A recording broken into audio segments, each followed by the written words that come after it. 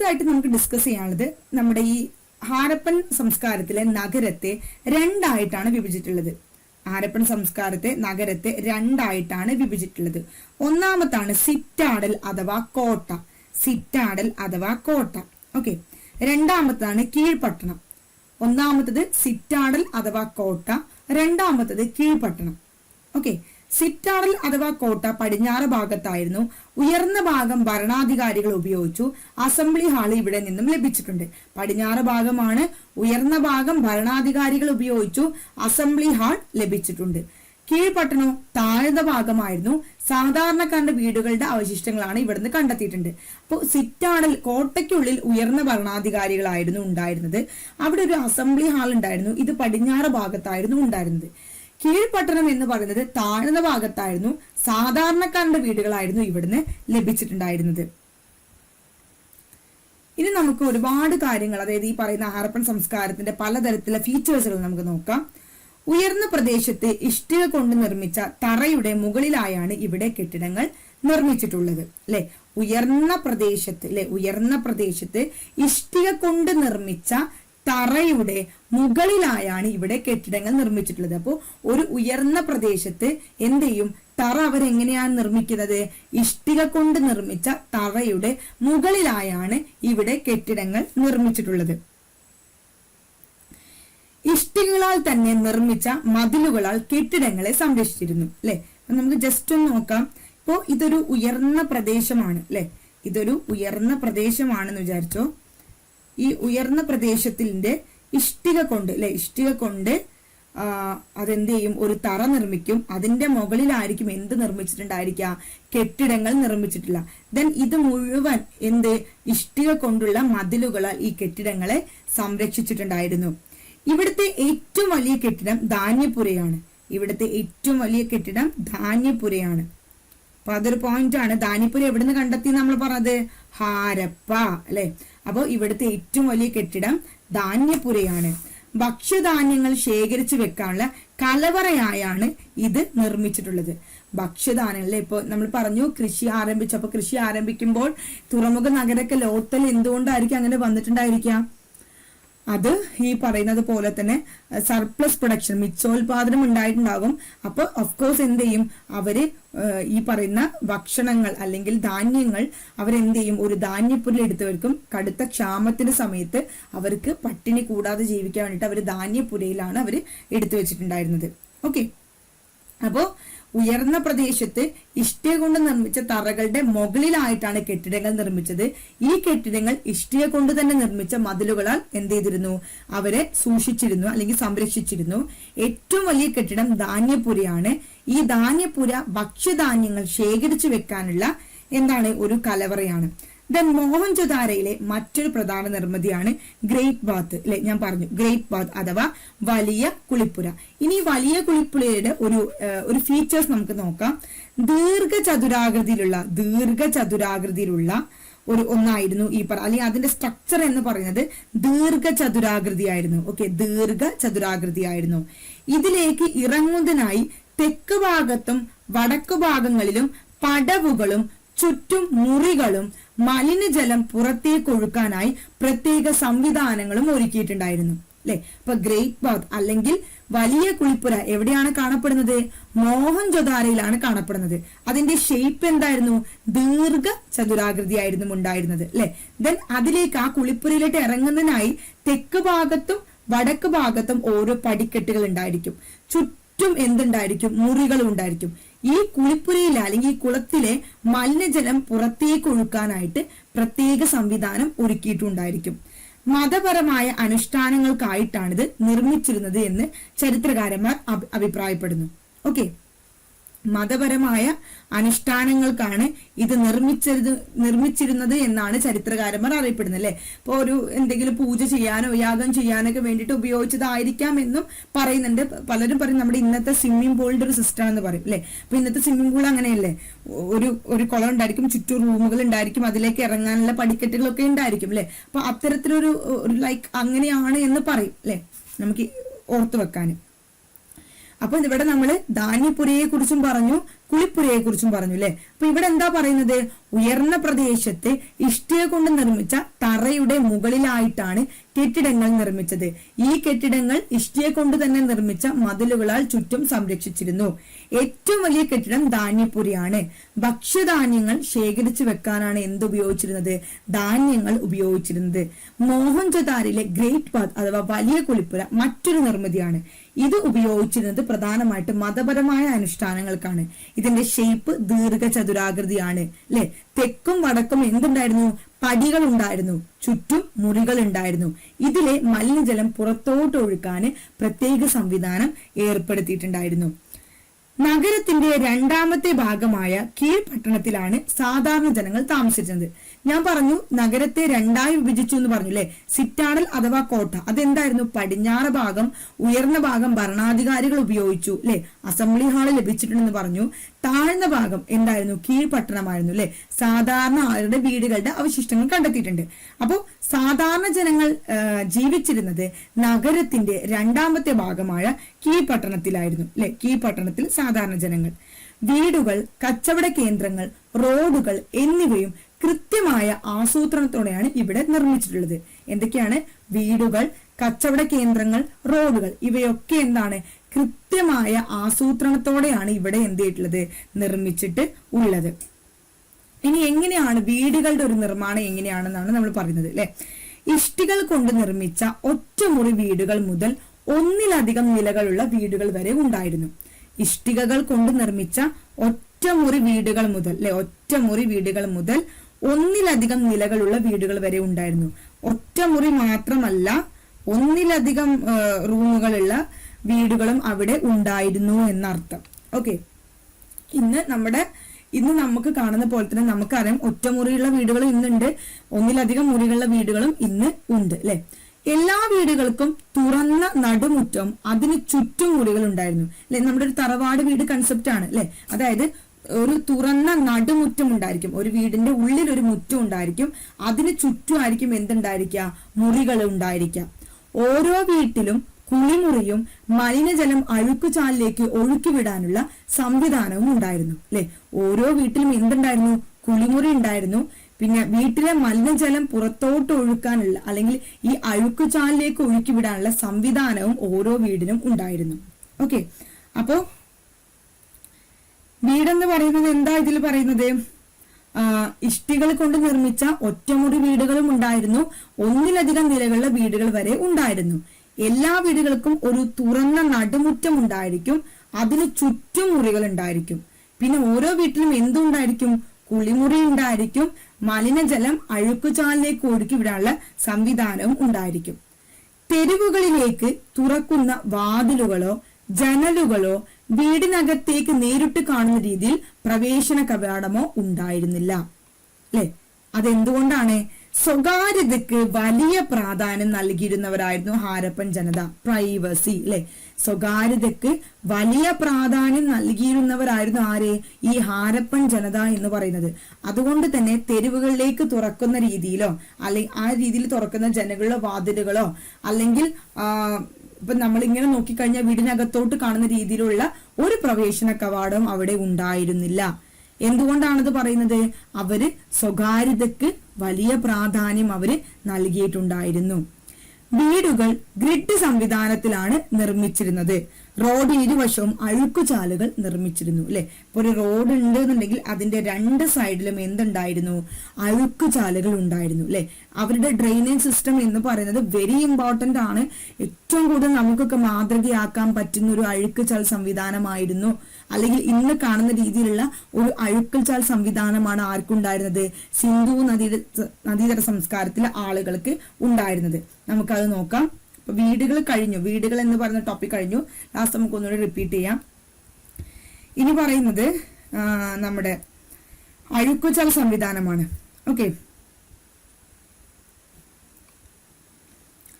അഴുക്കുചാൽ സംവിധാനത്തിൽ പറയുന്നത് ഹാരപ്പൻ ജനതയുടെ ഏറ്റവും മികച്ച ശുചിത്വ സംവിധാനമാണ് എന്ത്, അഴുക്കുചാൽ സംവിധാനം. ഹാരപ്പൻ ജനതയുടെ ഏറ്റവും മികച്ച ഒരു ശുചിത്വ സംവിധാനമാണ് അഴുക്കുചാൽ സംവിധാനം. നഗരം ശുചിയായിരിക്കേണ്ടതിന്റെ പ്രാധാന്യം അവർക്ക് അറിയാമായിരുന്നു. അവരുടെ എഞ്ചിനീയറിംഗ് വൈദഗ്ധ്യം ഇതിൽ നിന്നും വ്യക്തമാണ്. കൃത്യമായ സ്ലാബുകളിട്ട് മൂടിയതും മാൻഹോളുകളും ഉള്ളതുമായിരുന്നു അഴുക്കുചാലുകൾ.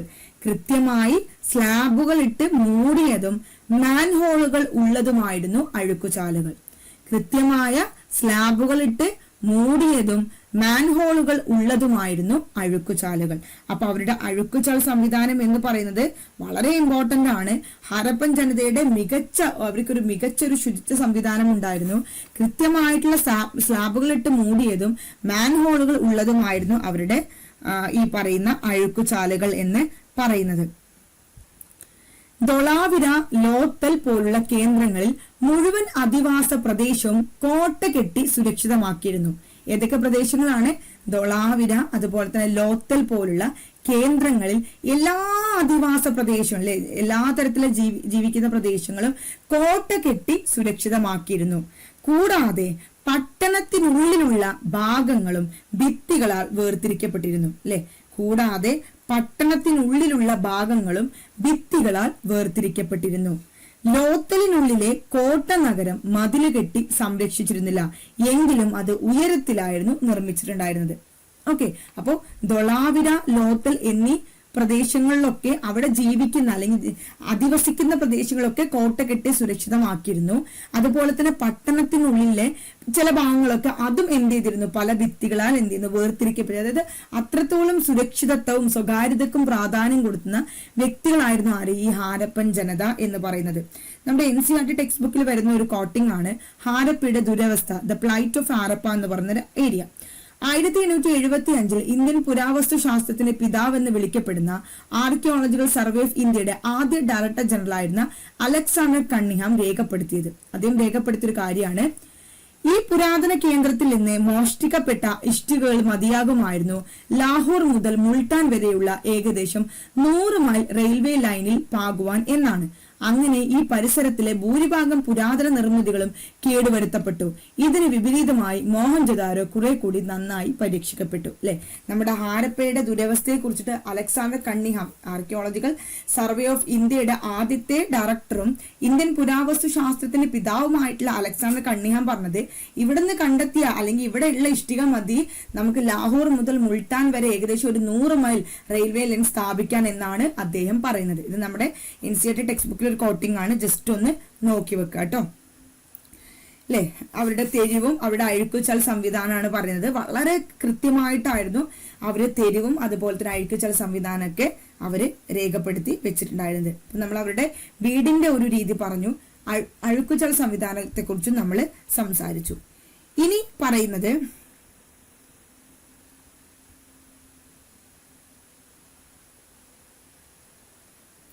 ഉപജീവന തന്ത്രങ്ങളാണ്. ഓക്കെ, ഉപജീവന തന്ത്രങ്ങളാണ്. അവരുടെ ലൈഫ് മുന്നോട്ട് പോകാൻ അവർ എന്തൊക്കെ ഉപജീവന മാർഗമാണ് അവർ ഉപയോഗിച്ചിരുന്നത് എന്നാണ് പറയുന്നത്. കൃഷിയും മൃഗപരിപാലനവുമായിരുന്നു പ്രധാന ജോലികൾ അല്ലെ. അവരുടെ പ്രധാനപ്പെട്ട ജോലി എന്താണ്? കൃഷിയും മൃഗപരിപാലനവുമായിരുന്നു.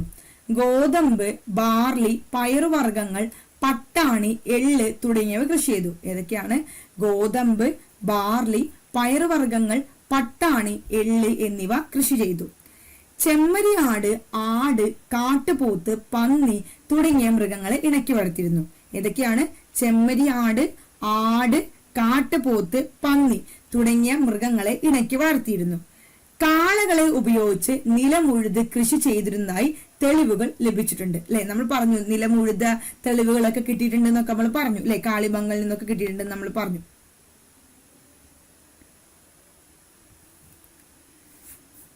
തോടുകൾ, കിണറുകൾ, ജലസംഭരണികൾ എന്നിവ ജലസേചനത്തിനായിട്ട് ഉപയോഗിച്ചിരുന്നു.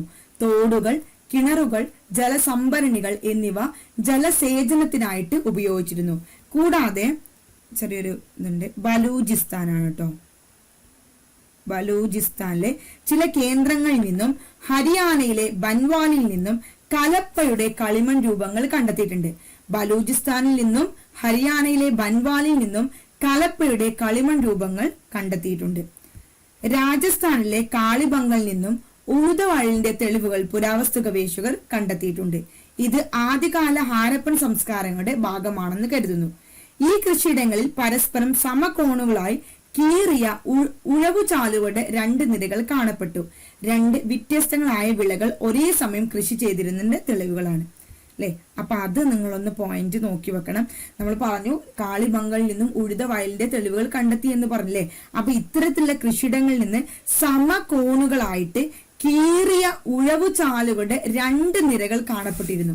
കീറിയ ഉഴവുചാലുകളുടെ 2 നിരകൾ കാണപ്പെട്ടിരുന്നു. അതിന്റെ അർത്ഥം 2 വ്യത്യസ്തങ്ങളായ വിളകൾ ഒരേ സമയം കൃഷി ചെയ്തിരുന്നു എന്നതിന്റെ തെളിവുകളാണ്. സമകോണുകളായിട്ട് കീറിയ ഉഴവുചാലുകളുടെ 2 നിരകൾ കാണപ്പെട്ടു. ഇതിനർത്ഥം ഒരേ സമയത്ത് 2 വ്യത്യസ്തങ്ങളായിട്ടുള്ള വിളകൾ കൃഷി ചെയ്തിരുന്നു എന്നാണ് അർത്ഥം. അപ്പോ ഉപജീവന തന്ത്രങ്ങൾ ഏതൊക്കെയാ പറഞ്ഞത്? കൃഷി, മൃഗപരിപാലനം. ഏതൊക്കെയാണ് അവർ കൃഷി ചെയ്തത്? ഗോതമ്പ്, ബാർലി, പയറുവർഗ്ഗങ്ങൾ, പട്ടാണി, എള്ള്. ഏതൊക്കെ മൃഗങ്ങളെയായിരുന്നു അവര് ഇണക്കി വളർത്തിയിരുന്നത്? ചെമ്മരിയാട്, ആട്, കാട്ടുപോത്ത്, പന്നി അല്ലെ. പിന്നെ എന്ത് ചെയ്തിരുന്നു? അവര് ജലസേചനത്തിനായിട്ട് തോടുകൾ, കിണറുകൾ, ജലസംഭരണികൾ ഉപയോഗിച്ചിരുന്നു. മറ്റൊന്ന് പറയുന്നത് അഫ്ഗാനിസ്ഥാനിലെ ഷോട്ടുകളിൽ നിന്നും കനാലിന്റെ അവശിഷ്ടം കണ്ടെത്തിയിട്ടുണ്ട്. ഇമ്പോർട്ടന്റ് ആണ്. അഫ്ഗാനിസ്ഥാനിലെ ഷോട്ടുകളിൽ നിന്നും കനാലിന്റെ അഥവാ തോടിന്റെ അവശിഷ്ടം കണ്ടെത്തിയിട്ടുണ്ട്. അങ്ങനെ ഒരു ക്വസ്റ്റ്യൻ വന്നാൽ ഉത്തരം കിട്ടണം. കനാലിന്റെ അവശിഷ്ടങ്ങൾ കണ്ടെത്തിയ സ്ഥലം അഫ്ഗാനിസ്ഥാനിലെ ഷോട്ടുകൾ. എന്നാൽ പഞ്ചാബിൽ നിന്നോ സിന്ധിൽ നിന്നോ ഇത്തരത്തിലൊന്ന് ലഭിച്ചിട്ടില്ല. പുരാതന കനാലുകൾ ഏറെക്കാലം മുമ്പ് തന്നെ എക്കലടിഞ്ഞ് മൂടിപ്പോയതാകാൻ സാധ്യതയുണ്ട്. അതായത് ഇപ്പൊ പഞ്ചാബും സിന്ധ് എന്നൊക്കെ പറഞ്ഞത് കുറച്ച് നദീതീര പ്രദേശങ്ങളായതുകൊണ്ടായിരിക്കാം അവിടുന്ന് ഇത്തരത്തിലൊന്നും ലഭിച്ചിട്ടില്ല. അത് ചിലപ്പോൾ എന്തായിരിക്കും, മണ്ണിടിഞ്ഞു പോയതായിരിക്കും എന്ന് ഇവർ തന്നെ പറയുന്നു. കിണർ വെള്ളവും ജലസേചനത്തിനായിട്ട് ഉപയോഗിച്ചിട്ടുണ്ടാകാം. ഗുജറാത്തിലെ കൊളാവിയിലെ ജലസംഭരണി കൃഷിക്ക് വേണ്ടി വെള്ളം സംഭരിക്കാൻ ഉപയോഗിച്ചതായിരിക്കാം. അപ്പോൾ ഗുജറാത്തിലെ കൊളാവിയിൽ നിന്നും എന്ത് ചെയ്തിട്ടുണ്ട്? ജലസംഭരണി കൃഷിക്ക് വേണ്ടി ഉപയോഗിച്ചിരുന്നു എന്നാണ് പറയുന്നത്. അപ്പോൾ ഉപജീവന തന്ത്രങ്ങളിൽ അഫ്ഗാനിസ്ഥാനിലെ ഷോട്ടുകളിൽ നിന്ന് കണ്ടെത്തിയ കനാലിന്റെ അവശിഷ്ടം ആലോചിക്കാം. ഇനി പറയുന്നത് അവരുടെ വിശ്വാസ രീതികളാണ് അല്ലെ. അവരുടെ വിശ്വാസ രീതികളാണ്. ഇപ്പൊ നമ്മൾ വീട് പറഞ്ഞു അല്ലെ, വീടുകൾ പറഞ്ഞു, അഴുക്കുചാൽ സംവിധാനം പറഞ്ഞു, ഉപജീവന തന്ത്രങ്ങൾ പറഞ്ഞു. ഇനി നമ്മൾ പറയുന്നത് അവരുടെ വിശ്വാസ രീതികളെ കുറിച്ചാണ്. പുരുഷരൂപത്തിലുള്ള ശില്പങ്ങൾ ആദിമ ശിവന്റെ ശില്പങ്ങളാണെന്ന് ചരിത്രകാരന്മാർ അഭിപ്രായപ്പെടുന്നു. മൃഗങ്ങളെയും വൃക്ഷങ്ങളെയും അവർ ആരാധിച്ചിരുന്നു. മോഹൻജൊദാരോയിലെ വലിയ കുളിപ്പുര മതപരമായ ചടങ്ങുകൾക്ക് വേണ്ടി ഉപയോഗിച്ചതാണെന്ന് കരുതുന്നു അല്ലെ. നമ്മൾ പറഞ്ഞു നമ്മുടെ മഹാദേവന്റെ അല്ലെ, പശുപതി മഹാദേവന്റെ അവശിഷ്ടങ്ങൾ കണ്ടെത്തി പറഞ്ഞു അല്ലെ. എവിടെ കണ്ടെത്തി നമ്മൾ പറഞ്ഞത്? നമ്മളൊരു സൈറ്റിൽ പറഞ്ഞു, ഒന്ന് ആലോചിച്ച് നോക്കിയേ. അപ്പോ അത്തരത്തിൽ എന്താണ് വിശ്വാസ രീതികൾ പറയുമ്പോൾ അത്തരത്തിലുള്ള വിശ്വാസങ്ങൾ അവർക്ക് ഉണ്ടായിരുന്നു അർത്ഥം. അതുപോലെ തന്നെ മൃഗങ്ങളെയും വൃക്ഷങ്ങളെയും അവർ ആരാധിച്ചിരുന്നു. പിന്നെ ഏറ്റവും വലിയ തെളിവായിരുന്നു മോഹൻജൊദാരോയിലെ വലിയ കുളിപ്പുര അല്ലെ. ഈ വലിയ കുളിപ്പുര മതപരമായ കാര്യങ്ങൾക്കാണ് എന്ന് പറഞ്ഞു അല്ലെ. ദീർഘചതുരാകൃതിയിലെ തെക്കും വടക്കും പടികളും ചുറ്റും മുറികളൊക്കെ ഉള്ളതായിരുന്നു അല്ലെ. അപ്പൊ അതാണ് വിശ്വാസ രീതികളിൽ പറയുന്നത്. മറ്റൊന്നാണ് സാമൂഹ്യ വ്യത്യാസങ്ങൾ അല്ലെ. എത്തരത്തിലുള്ള സാമൂഹ്യ വ്യത്യാസങ്ങൾ അവർക്കിടയിൽ ഉണ്ടായിരുന്നോ അല്ലെ, സോഷ്യൽ ഇനീക്വാളിറ്റീസ് അവർക്കിടയിൽ ഉണ്ടായിരുന്നോ എന്നതാണ് ഇനി പറയാൻ പോകുന്നത്. ആരപ്പൻ സമൂഹത്തിലെ സാമ്പത്തിക സാമൂഹ്യ വ്യത്യാസങ്ങളെ കണ്ടെത്താൻ 3 മാർഗങ്ങൾ സ്വീകരിച്ചു അല്ലെ. അവരുടെ സാമ്പത്തിക സാമൂഹിക വ്യത്യാസങ്ങൾ മനസ്സിലാക്കണമെങ്കിൽ അവർ 3 മാർഗം, അതായത് നമ്മുടെ ചരിത്രകാരന്മാർ 3 മാർഗങ്ങൾ ഉപയോഗിച്ചിട്ടാണ് അത് കണ്ടെത്തിയത്. ഒന്നാമത്തെ രീതി എന്ന് പറയുന്നത് അവിടെ ശവസംസ്കാര രീതികൾ നോക്കിയിട്ടാണ്. ഇപ്പൊ ഈ ശവക്കല്ലറിന്ന് കിട്ടുന്ന തെളിവുകൾക്കൊക്കെ അനുസരിച്ചിട്ടാണ് അത്തരത്തിലുള്ള സാമൂഹിക അസമത്വം ഉണ്ടോ എന്നവര് നോക്കിയിട്ടുള്ളത്. ശവക്കല്ലറകൾ തയ്യാറാക്കുന്ന രീതിയിൽ നിന്നും ശവശരീരത്തോടൊപ്പം അടക്കം ചെയ്യുന്ന വിലപിടിപ്പുള്ള വസ്തുക്കളിൽ നിന്നും സാമ്പത്തിക അസമത്വം അവര് മനസ്സിലാക്കി അല്ലെ. അപ്പോൾ ഈ ഏതെങ്കിലും ശവശിഷ്ടങ്ങൾ കണ്ടെത്തിയിട്ടുണ്ട്, ശവക്കല്ലറയുടെ അവശിഷ്ടം കണ്ടെത്തിയിട്ടുണ്ടെന്നുണ്ടെങ്കിൽ അതിൽ എന്തെങ്കിലും വിലപിടിപ്പുള്ള വസ്തുക്കൾ ഉപയോഗിച്ചിട്ടുണ്ടോ, എന്താണ് ഉപയോഗിച്ചത് എന്നതിനനുസരിച്ച് സാമ്പത്തിക അസമത്വം അവര് കണ്ടെത്തി. രണ്ടാമത്തെ അവർ പറയുന്നത് ആഡംബര വസ്തുക്കളാണ്. വിലപിടിപ്പുള്ള പദാർത്ഥങ്ങൾ കൊണ്ട് നിർമ്മിച്ച വസ്തുക്കൾ സമ്പന്ന വിഭാഗത്തിന്റെ കൈവശം മാത്രമേ ഉണ്ടായിരുന്നുള്ളൂ അല്ലെ. നമുക്കറിയാം അല്ലെ, ഇപ്പൊ എന്തെങ്കിലും ഒരു ഉറപ്പായിട്ടും വിലപിടിപ്പുള്ള പദാർത്ഥങ്ങൾ അവിടെ ഉണ്ടെങ്കിൽ അത് സമ്പന്നന്റെ കയ്യിൽ മാത്രമേ ഉണ്ടാവുള്ളൂ. 2 വീടുകളുടെ നിർമ്മാണമാണ്. നമ്മൾ വീട് എന്ന് പറഞ്ഞപ്പോൾ തന്നെ നമ്മൾ പറഞ്ഞു ഒറ്റമുറിയുള്ള വീടുമുണ്ട്, ഒരുപാട് മുറികളുടെ വീടുമുണ്ട് അല്ലെ. ഒറ്റമുറി കുടിലുകൾ മുതൽ 2 നിലയുള്ള വീടുകൾ വരെ ഉണ്ടായിരുന്നു. എന്നത് സാമൂഹിക അസമത്വം തിരിച്ചറിയുന്നുള്ള മാർഗമാണ്. അപ്പോ ശവമടക്കുന്ന രീതി അല്ലെ, ശവക്കല്ലറ, അതുപോലെ തന്നെ വീടുകളുടെ നിർമ്മാണം, ആഡംബര വസ്തുക്കൾ, ഈ 3 മാർഗം ഉപയോഗിച്ചുകൊണ്ട് അവിടെ ഉണ്ടായിട്ടുള്ള സാമൂഹിക വ്യത്യാസങ്ങൾ നമുക്ക് മനസ്സിലാക്കാൻ സാധിക്കുമെന്നാണ് പറയുന്നത്. അപ്പൊ ഇതുവരെ നമ്മൾ എടുത്തത്, നമ്മൾ കുറച്ചു കാര്യങ്ങളൊക്കെ പറഞ്ഞു. വീടുകളെ കുറിച്ചിട്ടാണ് നമ്മൾ പറഞ്ഞത് അല്ലെ. വീടുകൾ എന്ന് പറയുന്നത് എന്തായിരുന്നു? ഇഷ്ടികൾ കൊണ്ട് നിർമ്മിച്ച ഒറ്റമുറി വീടുകളും ഒന്നിലധികം നിലകളുള്ള റൂമുകൾ ഉണ്ടായിരുന്നു. തുറന്ന നടുമുറ്റം, അതിന് ചുറ്റും മുറികള്, ഓരോ വീട്ടിലും കുളിമുറി ഉണ്ടായിരുന്നു, അഴുക്കുചാൽ സംവിധാനം ഉണ്ടായിരുന്നു. എന്നാൽ സ്വകാര്യതയ്ക്ക് പ്രാധാന്യം കൊടുത്ത ഇവര് വീടിന്റെ പ്രവേശന കവാടത്തിൽ നോക്കിക്കഴിഞ്ഞാൽ തെരുവുകൾ കാണുന്ന രീതിയിലല്ല നിർമ്മിച്ചിട്ടുണ്ടായിരുന്നത്. പിന്നെ റോഡിന് ഇരുവശം അഴുക്കുചാൽ സംവിധാനമുണ്ട്. അഴുക്കുചാൽ സംവിധാനം കൃത്യമായിട്ട് സ്ലാബുകൾ ഇട്ട് മൂടിയതും മാൻഹോളുകൾ ഉള്ളതുമായിരുന്നു. പിന്നെ ധൊളാവിര, ലോത്തൽ പോലുള്ള കേന്ദ്രങ്ങൾ മുഴുവൻ അധിവാസ പ്രദേശങ്ങളും കോട്ട കെട്ടി സുരക്ഷിതമാക്കിയിരുന്നു. ഉപജീവന തന്ത്രങ്ങൾ കൃഷിയും മൃഗപരിപാലനവും. ഗോതമ്പ്, ബാർലി, പയർവർഗ്ഗങ്ങൾ, പട്ടാണി, എള്ള് തുടങ്ങിയ കൃഷി ചെയ്തു. ചെമ്മരിയാട്, ആട്, കാട്ടുപോത്ത്, പന്നി തുടങ്ങിയ മൃഗങ്ങളെ ഇണക്കി വളർത്തി. കാളകളെ ഉപയോഗിച്ച് നിലം ഉഴുത് കൃഷി ചെയ്തിരുന്നു. പിന്നെ പറഞ്ഞ അഫ്ഗാനിസ്ഥാനിലെ ഷോർഗയിൽ നിന്ന് കനാലിന്റെ തെളിവുകൾ ലഭിച്ചിട്ടുണ്ട്.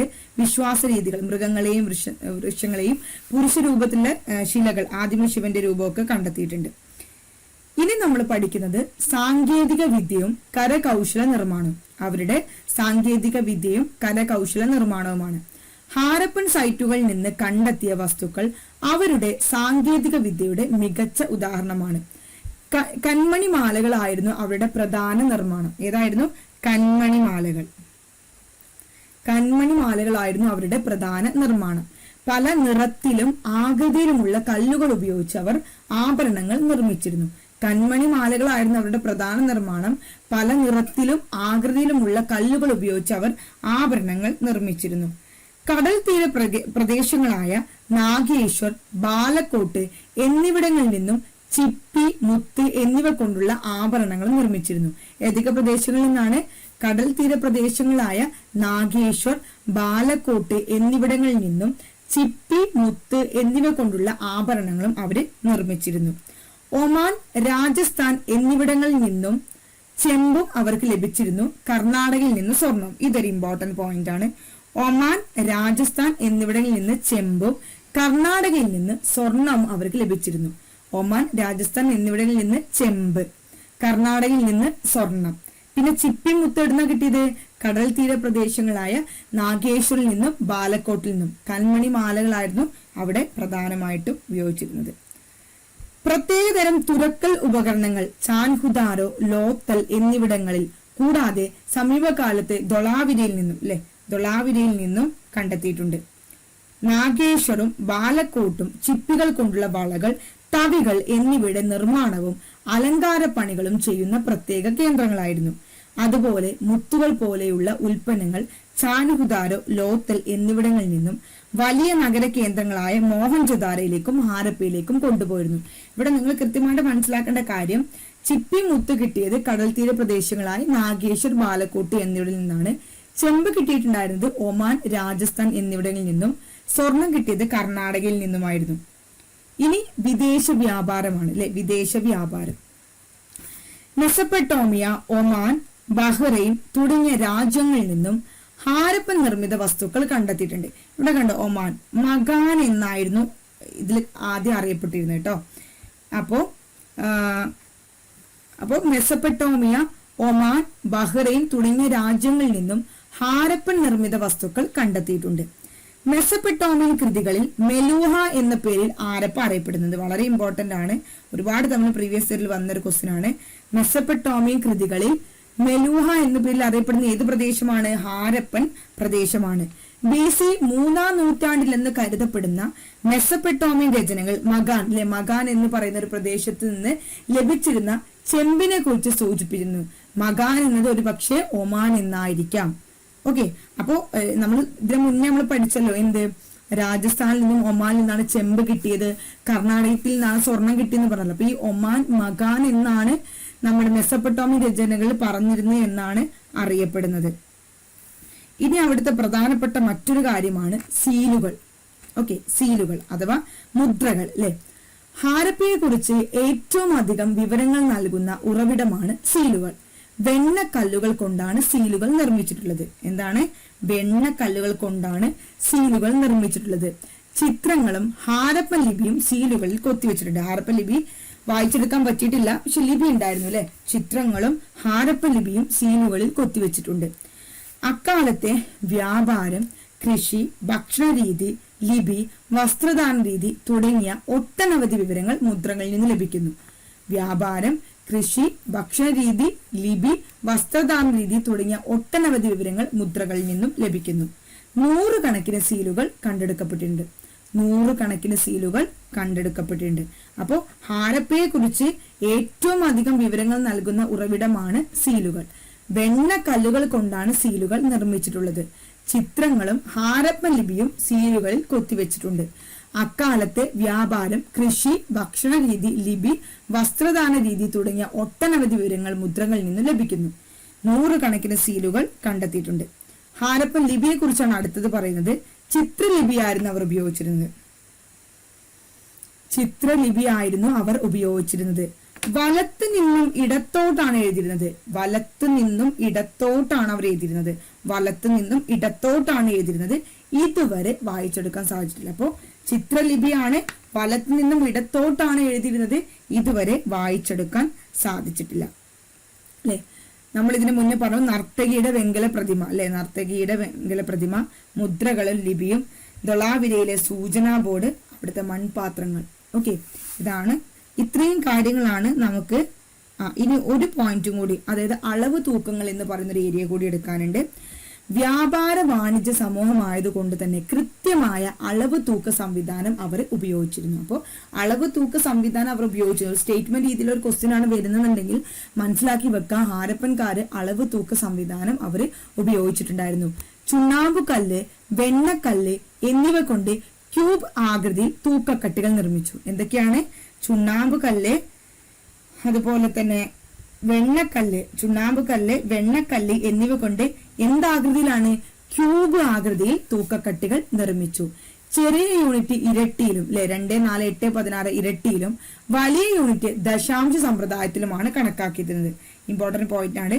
ചെറിയ യൂണിറ്റ് ഇരട്ടിയിലും 2, 4, 6, 8 എന്ന് പറഞ്ഞ ഇരട്ടിയിലും, വലിയ യൂണിറ്റ് ദശാംശ സമ്പ്രദായത്തിലുമാണ് അവര് കണക്കാക്കിയിട്ടുണ്ടായിരുന്നത്. ഓക്കെ, അപ്പോ ചെറിയ യൂണിറ്റ് ഇരട്ടിയിലും വലിയ യൂണിറ്റ് ദശാംശ സമ്പ്രദായത്തിലുമാണ് അവര് കണ്ടെത്തിയിട്ടുണ്ടായിരുന്നത്.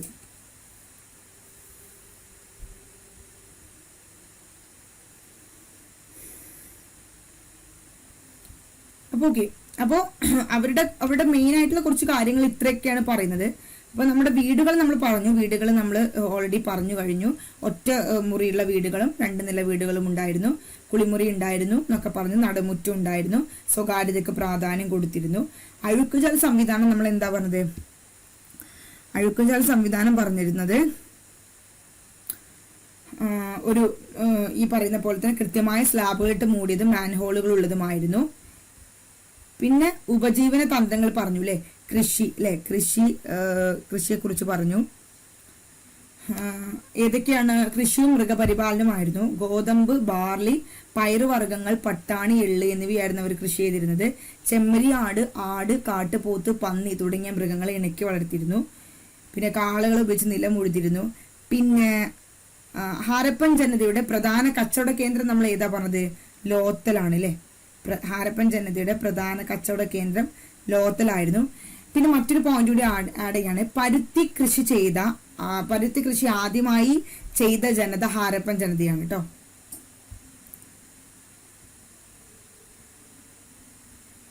പരുത്തി കൃഷി ആദ്യമായി ചെയ്ത ജനത ഹാരപ്പൻ ജനതയാണ്. പിന്നെ മുത്ത് നിർമ്മാണത്തിന് പ്രസിദ്ധമായ നഗരം. മുത്ത് നിർമ്മാണം നമ്മുടെ ഇവിടെ കുറച്ച് കാര്യങ്ങളൊക്കെ പറയുന്നുണ്ടല്ലോ അല്ലെ. മുത്ത് നിർമ്മാണത്തിന് പ്രസിദ്ധമായ നഗരം ചാൻഹുദാരയാണ്. മുത്ത് നിർമ്മാണം കേട്ടോ. മുത്തവർക്ക് കിട്ടിയിരുന്നത് നാഗേശ്വർ ബാലക്കോട്ടിൽ നിന്നാണ്. അതിന്റെ നിർമ്മാണത്തിന് അവർ കൂടുതലായിട്ട് പ്രസിദ്ധമായ നഗരം ചാൻഹുദാരയായിരുന്നു. പിന്നെ അളവ് തൂക്കങ്ങൾ, നമ്മൾ അളവ് തൂക്കങ്ങൾ ഒരു പോയിന്റ് കൂടി പറയുന്നുണ്ട്. അളവ് തൂക്കങ്ങൾ പറഞ്ഞില്ലേ. ഈ അളവ് തൂക്കങ്ങളിൽ അടിസ്ഥാനപരമായിട്ട് അവർ ഉപയോഗിച്ചിരുന്ന അടിസ്ഥാന സംഖ്യ 16 ആയിരുന്നു. 16 കേട്ടോ.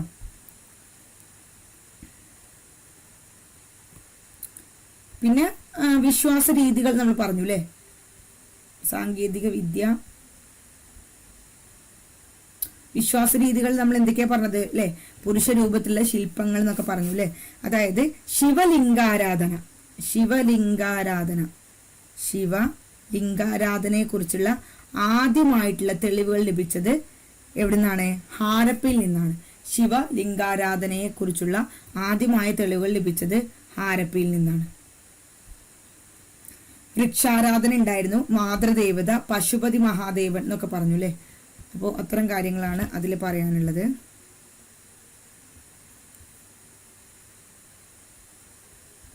പിന്നെ നമ്മൾ വിദേശ വ്യാപാരം പറഞ്ഞു. ഒമാൻ എന്നറിയപ്പെടുന്ന മകാനാണ്. ഒമാനിൽ നിന്നൊക്കെ എന്ത് കണ്ടെത്തിയിരുന്നു? ചെമ്പ് കണ്ടെത്തിയിരുന്നു. കർണാടകയിൽ നിന്നാണ് സ്വർണം കണ്ടെത്തിയിരുന്നത്. സീലുകൾ നമ്മൾ എന്ത് പറഞ്ഞു? വെണ്ണക്കല്ലുകൾ കൊണ്ടാണ് സീലുകൾ നിർമ്മിച്ചത്. ചിത്രങ്ങളും ഹാരപ്പൻ ലിപിയും സീലുകൾ കൊത്തിവെച്ചിട്ടുണ്ട്. വ്യാപാരം, കൃഷി, ഭക്ഷണ രീതി, ലിപി, വസ്ത്രദാന രീതി തുടങ്ങിയ ഒട്ടനവധി വിവരങ്ങൾ ഇതിൽ നിന്ന് കണ്ടെത്തിയിട്ടുണ്ട്. ലിപി എങ്ങനത്തെ ലിപിയായിരുന്നു? ചിത്രലിപി ആയിരുന്നു. വലത്തു നിന്നും ഇടത്തോട്ട് എഴുതിയിരുന്നു. ഇതുവരെ വായിച്ചെടുക്കാൻ സാധിച്ചിട്ടില്ല. ഇനി കുറച്ച് ഹാരപ്പൻ സിവിലൈസേഷനുമായി ബന്ധപ്പെട്ട കുറച്ച് ഫാക്ടുകൾ ഞാൻ വെറുതെ ജനറലായിട്ട് കുറച്ച് പറയും. എക്സാമിനൊക്കെ വന്ന് കണ്ടിട്ടുള്ള കുറച്ച് ഫാക്ടുകൾ ഞാൻ ജസ്റ്റ് പറയുന്നുണ്ട്. നിങ്ങൾ ജസ്റ്റ് എഴുതിയെടുക്കുകയോ അല്ലെങ്കിൽ ജസ്റ്റ് കേൾക്കുകയോ ചെയ്യാം. സിന്ധു നിവാസികൾ ആരാധിച്ചിരുന്ന മൃഗം എന്ന് പറയുന്നത് കാളയായിരുന്നു. ഓക്കെ, കാളയായിരുന്നു.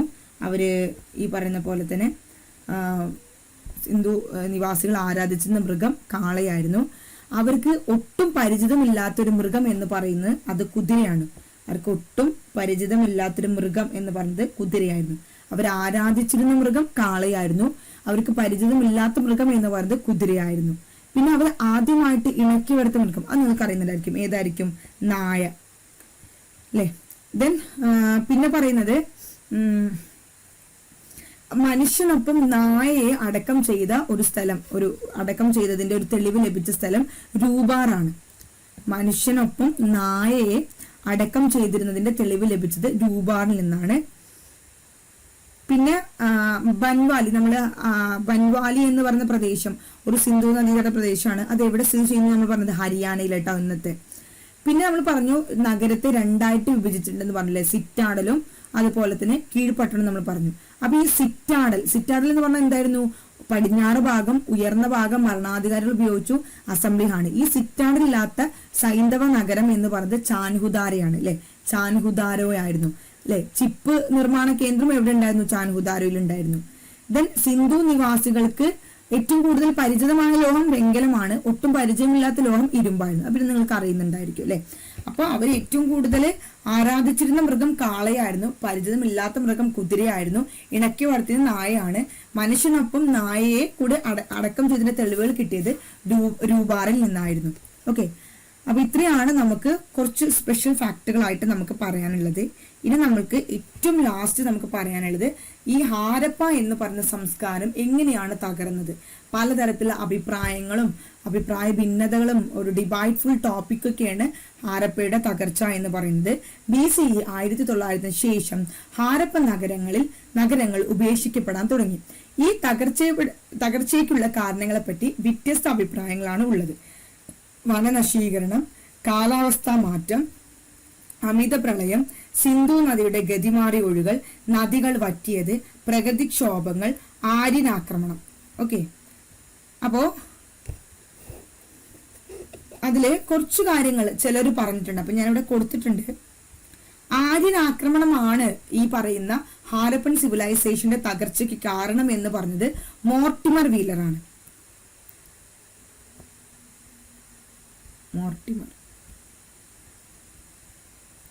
മോർട്ടിമർ വീലറാണ്. ആര്യനാക്രമണമാണ് ഹാരപ്പൻ തകർച്ചയുടെ കാരണം എന്ന് പറഞ്ഞു. Mortimer wheeler Aryan. ഓക്കെ, പിന്നെ പറഞ്ഞത് പ്രളയം അല്ലെ. അമിത പ്രളയവും സിന്ധു നദിയുടെ സംസ്കാരത്തിന്റെ തകർച്ചയ്ക്ക് കാരണം എന്ന് പറഞ്ഞത് R.L. റേക്സ് ആണ്.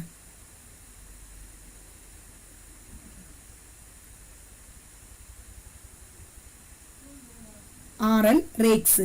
ഓക്കെ, അപ്പൊ R.L. റേക്സ് ആണ് ഈ പറയുന്ന അമിത പ്രളയവും സിന്ധു നദിയുടെ ഗതിമാറി ഒഴുകലുമാണെന്ന് പറഞ്ഞിട്ടുണ്ടായിരുന്നത് R.L. റേക്സ് ആണ്. അപ്പോൾ വനനശീകരണം, കാലാവസ്ഥാ മാറ്റം, അമിത പ്രളയം, അതുപോലെ തന്നെ സിന്ധു നദിയുടെ ഗതിമാറി ഒഴുകൽ, നദികൾ വറ്റിയത്, പ്രകൃതിക്ഷോഭങ്ങൾ, ആര്യനാക്രമണം, ഇതാണ് പ്രധാനമായിട്ടും ഹാരപ്പയുടെ തകർച്ചക്ക് പറഞ്ഞിട്ടുണ്ടായിരുന്നത്. ഓക്കെ, അതിൽ ആര്യനാക്രമണം എന്ന് പറഞ്ഞത് മോർട്ടിമർ വീലർ ആയിരുന്നു. അമിത പ്രളയം എന്ന് പറഞ്ഞത് ആറിൽ റേക്സ് ആയിരുന്നു. ലാസ്റ്റ് ആയിട്ട് നമുക്ക് പറയാനുള്ളത് ഒരു ചെറിയൊരു കോളം കൊടുത്തിട്ടുണ്ട്. അലക്സാണ്ടർ, നമ്മൾ പറഞ്ഞ കാര്യങ്ങളൊന്ന് ഷോർട്ടപ്പ് ചെയ്ത് പറയാമെന്ന് മാത്രം. അലക്സാണ്ടർ എന്ന് പറയുന്നത് ഇന്ത്യൻ പുരാവസ്തു ശാസ്ത്രത്തിന്റെ പിതാവ്. നമ്മൾ മുന്നേ പറഞ്ഞു അല്ലെ, ഇന്ത്യൻ പുരാവസ്തു ശാസ്ത്രത്തിന്റെ പിതാവ് എന്നറിയപ്പെടുന്നത് അലക്സാണ്ടർ കണ്ണിഹാം ആണ്. ആർക്കിയോളജിക്കൽ സർവേ ഓഫ് ഇന്ത്യ സ്ഥാപിച്ചത് ഏത് വർഷമാണ്? 1861. ആ സമയത്ത് ഇന്ത്യയിലെ വൈസ്രോയി കാനിങ് പ്രഭു നമ്മൾ പറഞ്ഞു അല്ലെ. പിന്നെ ജോൺ മാർഷൽ, ഹാരപ്പൻ സംസ്കാരത്തിന്റെ കണ്ടെത്തൽ ഔദ്യോഗികമായിട്ട് പ്രഖ്യാപിച്ചത് ജോൺ മാർഷൽ ആയിരുന്നു അല്ലെ. 1924 അദ്ദേഹം ആർക്കിയോളജിക്കൽ സർവേ ഓഫ് ഇന്ത്യയുടെ ഡയറക്ടറായിട്ട് വന്നിട്ടുണ്ടായിരുന്നത്. സിന്ധു നദീതര സംസ്കാരത്തിന് ഗവേഷണത്തിന് നേതൃത്വം നൽകിയ വ്യക്തി കൂടിയായിരുന്നു ആര്? ജോൺ മാർഷൽ എന്ന് പറയുന്നത് അല്ലെ. പിന്നെ എന്താ പറഞ്ഞത് നമ്മള്? അദ്ദേഹമാണ് ഈ പറയുന്ന സിന്ധു നദീതര സംസ്കാരം എന്ന് പറയുന്ന പേര് സജസ്റ്റ് ചെയ്തിട്ടുണ്ടായിരുന്നത്. ഓക്കെ, അപ്പൊ ജോൺ മാർഷലിനെ കുറിച്ച് നമുക്ക് അതൊക്കെയാണ് പറയാനുള്ളത്. മറ്റു നമ്മൾ പറഞ്ഞു ദയാറാം സാഹിനി അല്ലെ. ദയാറാം സാഹിനി എവിടെയാണ് ഉത്ഖനനം നടത്തിയത്? ഹാരപ്പയിലാണ് ഉത്ഖനനം നടത്തിയത്. RD ബാനർജിയോ മോഹൻജൊദാരയിലാണ് ഉത്ഖനനം നടത്തിയിട്ടുള്ളത്. അപ്പൊ ഇത്രയും കാര്യങ്ങളാണ് നമുക്ക് ഈ ഒരു പറയുന്ന ഭാഗത്ത് നമുക്ക് ഡിസ്കസ് ചെയ്യാനുള്ളത്. ഇമ്പോർട്ടൻ്റ് ആയിട്ടുള്ള ഒരു ഏരിയ ആണ് ഹാരപ്പൻ സംസ്കാരം എന്ന് പറയുന്നത്. ഹാരപ്പൻ സംസ്കാരത്തെ കുറിച്ചിട്ട് നമ്മൾ ഒരുപാട് കാര്യങ്ങൾ പറഞ്ഞു. എങ്ങനെയാണ് അതിന്റെ ഉത്ഖനനം അല്ലെ.